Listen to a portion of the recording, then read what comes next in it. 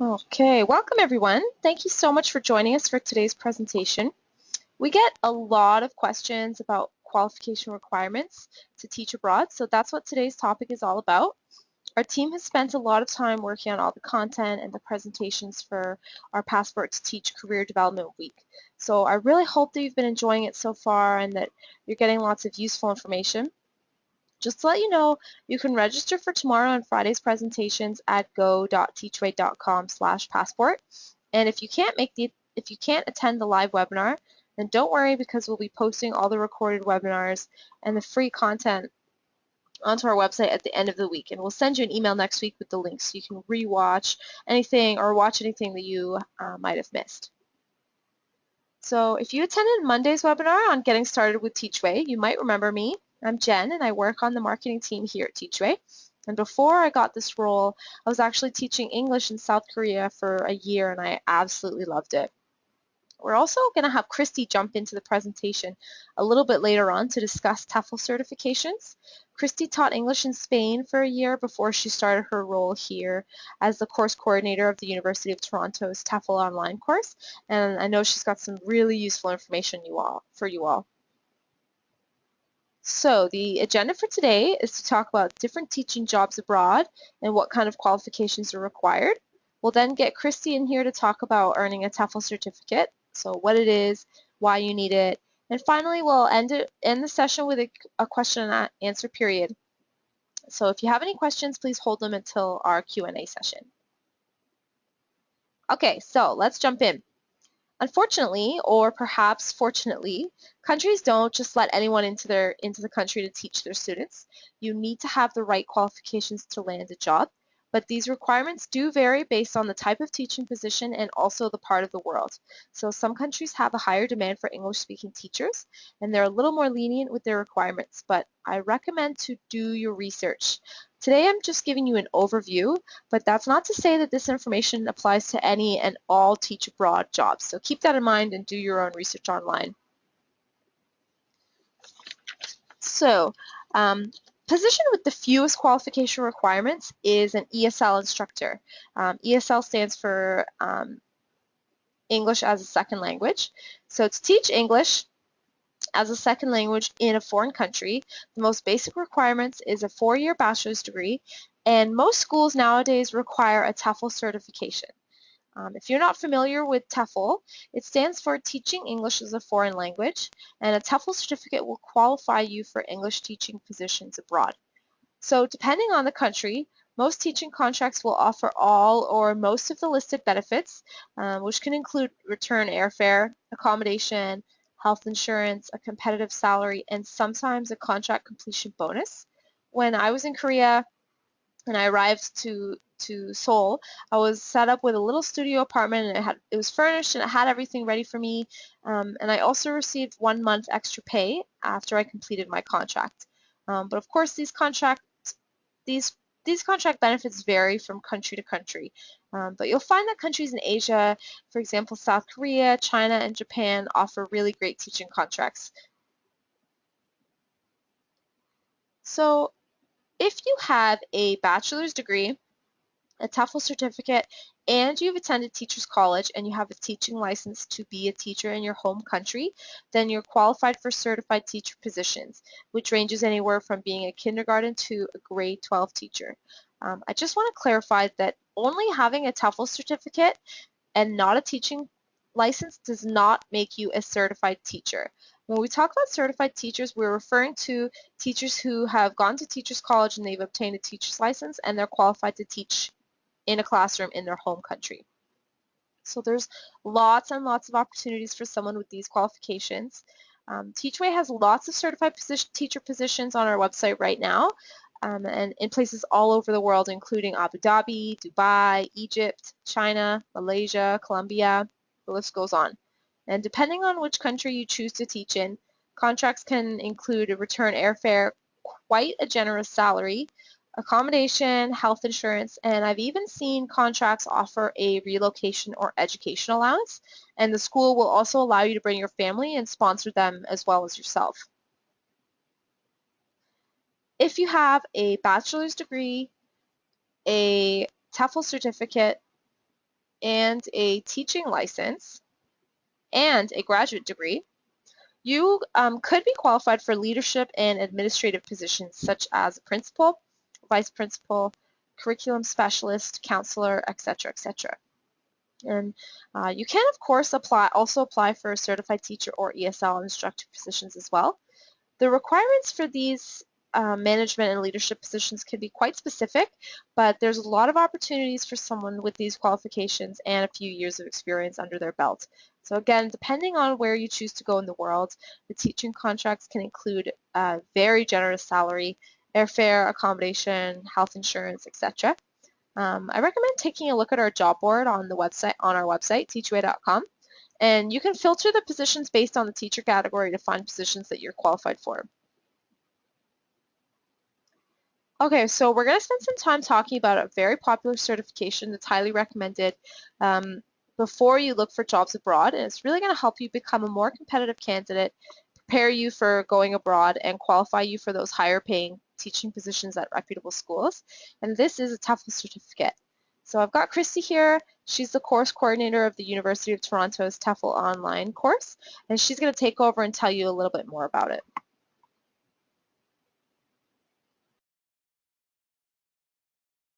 Jen. So TEFL stands for Teaching English as a Foreign Language and is an internationally recognized qualification and often one of the base requirements to teach abroad. Depending on your educational background and professional experience, you may or may not require a TEFL to qualify you for jobs abroad. I'll touch on this in further.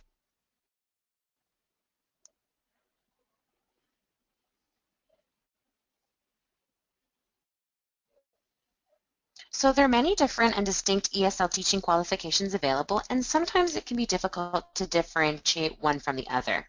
The most popular certifications are TEFL, TESL, and TESOL. So let's start with a TEFL. A TEFL certificate certifies you to teach English in countries where English is not the first or native language. Something really important to keep in mind about TEFL certificates is that there's no accrediting body for TEFL courses. This means that anyone could design and sell a TEFL course. When researching TEFL courses, make sure you undertake your TEFL course with a reputable institution or university. TESL stands for Teaching English as a Second Language and is a foreign language teaching certificate that prepares and certifies teachers to teach in countries where English is the first and native language. Now, TESL courses are accredited and their standards are governed by TESL Canada, making it a popular choice for ESL teachers wishing to teach in language schools in Canada. The last certification we'll focus on today is TESOL. A newer qualification, TESOL is often used interchangeably with TEFL. However, TESOL aims to certify teachers to teach ESL in both native and non-native English-speaking countries. TESOL certificates are not always internationally recognized amongst employers, and they're not accredited. So regardless of which ESL or EFL certification course is right for you, ensure you complete your certification with a reputable provider.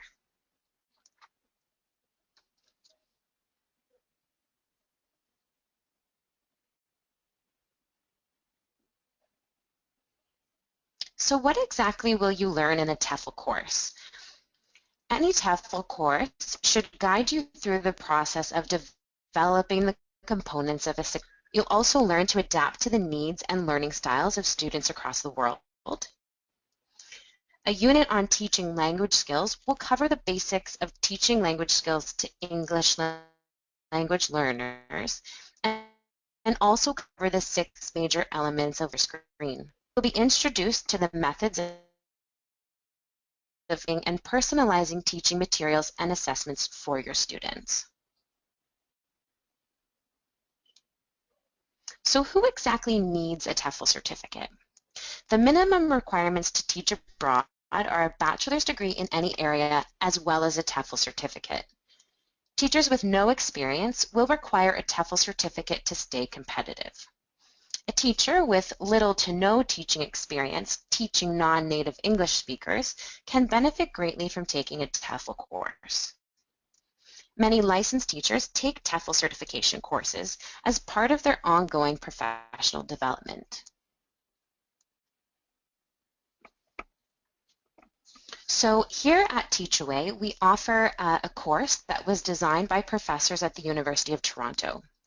The TEFL online course is 100% online and entirely self-paced.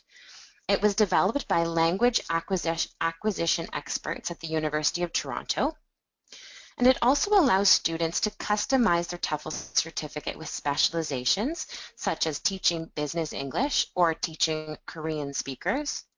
And of course, it's partnered with the recruitment services of Teachaway.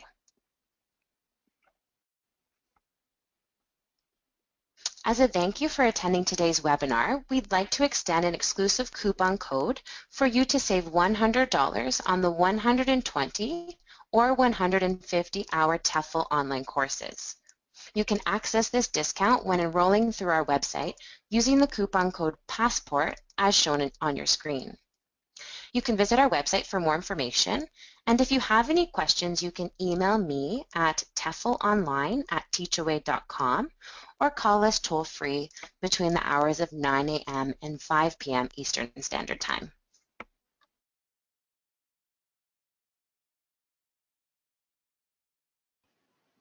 Great. Thank you so much, Christy. That was really useful information. So before we jump into the Q&A session, I'd just like to invite you all to connect with us on social media, whether it's on Twitter or Facebook. You can ask us questions there, or feel free to give us some feedback and let us know how you're enjoying our Passport to Teach week so far. Also, check out our community forum on our website, teachaway.com/community, to ask questions to fellow teachers and our team. And finally, if you have questions that don't get answered in the Q&A, you can email Christy for any TEFL-related questions at teflonline@teachaway.com, or you can direct your questions about teaching abroad to me at info@teachaway.com. So if you don't have any questions for the Q&A session, then you can feel free to end your session now. And if you do have questions, please type them into the questions box, and either myself, Christy, or a moderator will answer them for you. Great, so we've got lots of questions already, and I'll just answer them right here. So first question, I get this question a lot. How will I communicate with my students if they don't speak English? This is a great question, and this was something that I also wondered before I went abroad. One thing to keep in mind is, especially if you're working at an English school, you will probably have a co-teacher who speaks the native language. While they teach the students in English, they also, of course, interact with them in their own language, and they can certainly step in and help you in any situations where you need to explain or communicate properly with your students. Another thing to keep in mind is that you're really going to rely on body language to communicate. And finally, I think establishing a routine in your classroom also really helps the students understand what your expectations are and also understand how the rhythm of the classroom works. So for my classroom, I was teaching really young students. They were 5 years old. They didn't even understand language or the fact that I couldn't understand them when they spoke to me in Korean. So it was quite a learning curve for them. But eventually they realized that, first when we get to class, it's reading and then writing and then speaking and then we play a game. And once I established that routine and they knew that there was rewards to work for during the class, communication was pretty easy. But it's definitely a challenge at first. And that's something that a TEFL certificate will help you learn to do better. So another question, if you have a TESOL certificate and a graduate degree plus previous teaching experience in Abu Dhabi, what are the chances of employment there in private schools? So pretty much any school in the Middle East, particularly in the UAE, will require a teaching license in order for you to land a position there. So if you have a TESOL degree and just a graduate degree, but you do not have a teaching license, then it'll be pretty difficult for you to find teaching positions there, regardless of your previous employment. At least with the programs and the schools that we work with, a teaching license is required for schools in the Middle East. But I mean, that's not to say that you won't find anything. Just keep that in mind. But their requirements are pretty strict over there. This is a similar question. If someone has done the TESOL certificate, what are the chances of getting employed abroad in the Middle East or China? So Middle East and China are very different. Like I said before, Middle East has quite strict requirements on, they do require that teaching license for you to land a job there, regardless of whether you're teaching math or English or any subject. China is a little more lenient just because there is that demand for English-speaking teachers. So typically, if you have a TESOL certificate and a bachelor's degree or a TESOL or a TEFL certificate, then you should be able to find some employment in China. Another question is, when do you begin pre-interviews for abroad assignments? This is a good question. We run interviews all throughout the year, so our recruiters will hold pre-screen interviews where they'll call you on the phone and do a quick introduction interview, and then so that runs all throughout the year. We also hold interview sessions. They're actually coming up soon in November for some of our bigger programs, in which we'll hold interviews in person in certain cities all over the world.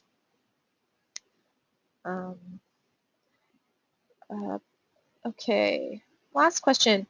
If you are qualified to teach math, do you need a TESOL or TEFL certificate? So I'm going to assume if you're qualified to teach math, then you have a teacher's license. In this situation, no, you do not need a TEFL or a TESOL certificate, but it certainly helps. Teaching math or for students to learn math, that's difficult on its own, even in your native language. So you can imagine how much more frustrating and difficult it can be to be trying to teach math to kids who might not speak English that well. So in this situation, a TEFL certificate would be really useful to you because it'll really help you understand how to teach non-native English speakers and how to adapt your communication to be a better teacher and teach more efficiently. Okay, I'll just answer this last question quickly and then we'll wrap up the Q&A. So please be specific about the details of the accommodations in Abu Dhabi. Typically, the schools will provide furnished accommodations, whether it's an apartment or a house. If you're traveling with your family, then they'll absolutely accommodate your family as well, and of course, you'll all be living together. Yeah, but it'll definitely be a very comfortable furnished apartment or home. Okay, so that wraps up our Q&A session. I'd like to thank everyone who joined us today. I really hope that you got some useful information from this, and please do get in touch if you have any more questions. And don't forget to register for tomorrow's webinar, Get Ready to Ace Your Interview. You can either register by going to go.teachaway.com/passport, or you'll receive an email tomorrow morning with the link to register. So thank you so much, everyone, and have an awesome afternoon.